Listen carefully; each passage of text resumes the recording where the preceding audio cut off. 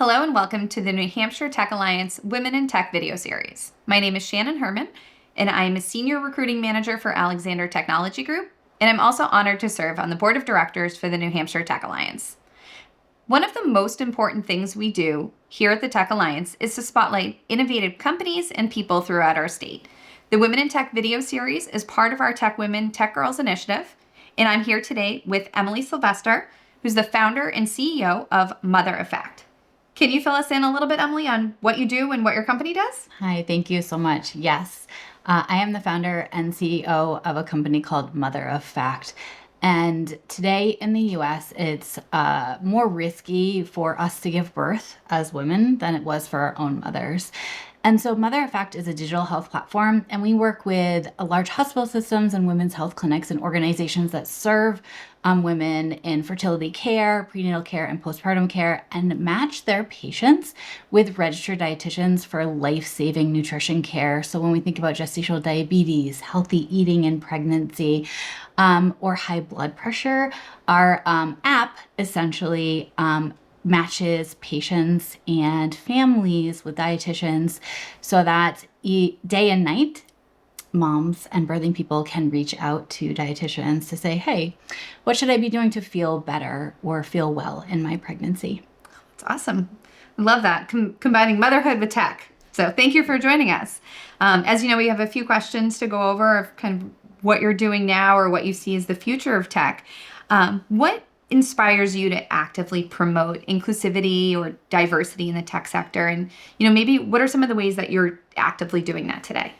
Yeah, so there's several ways when we think about what's going on in healthcare these days, or even in technology and looking at women in tech. So when we look at med devices or healthcare currently, it was only in the 1990s that women were actually included in research and clinical trials. And so we have a long ways to go for inclusivity and diverse representation when it comes to technology in the medical space. And in fact, many Medicaid patients still are excluded from clinical trials because in the past they would lose their benefits for even being included in research or any trials related to medical technology or just general healthcare. And then when we look at what's going on in healthcare, women represent about 60% of the decisions that are being made. And so when I look at diversity and what we're building at Mother Fact, it is not just in the team and making sure that my team is representative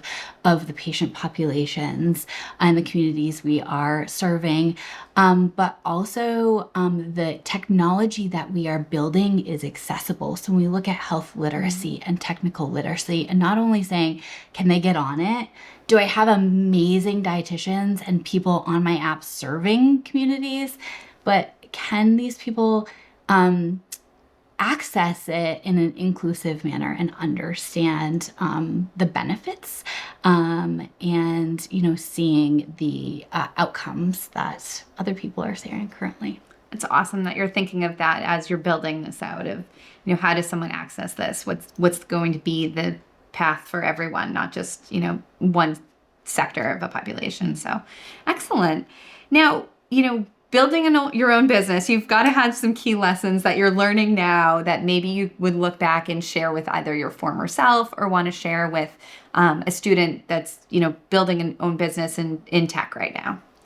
Yeah, so a couple of things stick out in building what I've built. Now, I'm not technical. I took a couple of business classes in undergrad, but I'm a clinician. And so I left what I was doing to say, I need to use technology and I need to build a team that will scale myself and what we were doing for the current clinical space and current hospital systems, because we weren't reaching enough people. Moms and babies were still dying in the work we were doing. And so leaving, there was a lot I had to learn around building secure technology. So leveraging legal. I am the most frugal person that you would ever meet, but making sure that we're investing in security and legal policies so that everything is in writing as we are moving forward.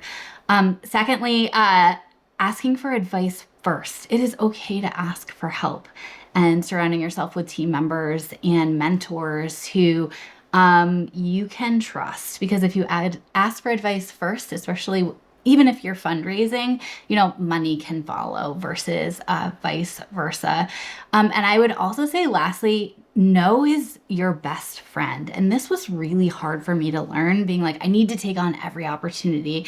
I need to make sure that I'm not missing out on something that I could be included in or an opportunity. But getting to know really quickly in any conversation you get helps us waste less time. Yeah.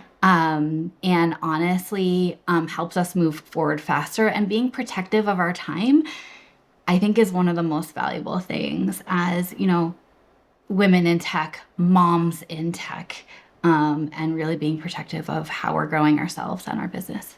Excellent. And how did you get brave enough to move from a clinical world to do this? What inspired you there?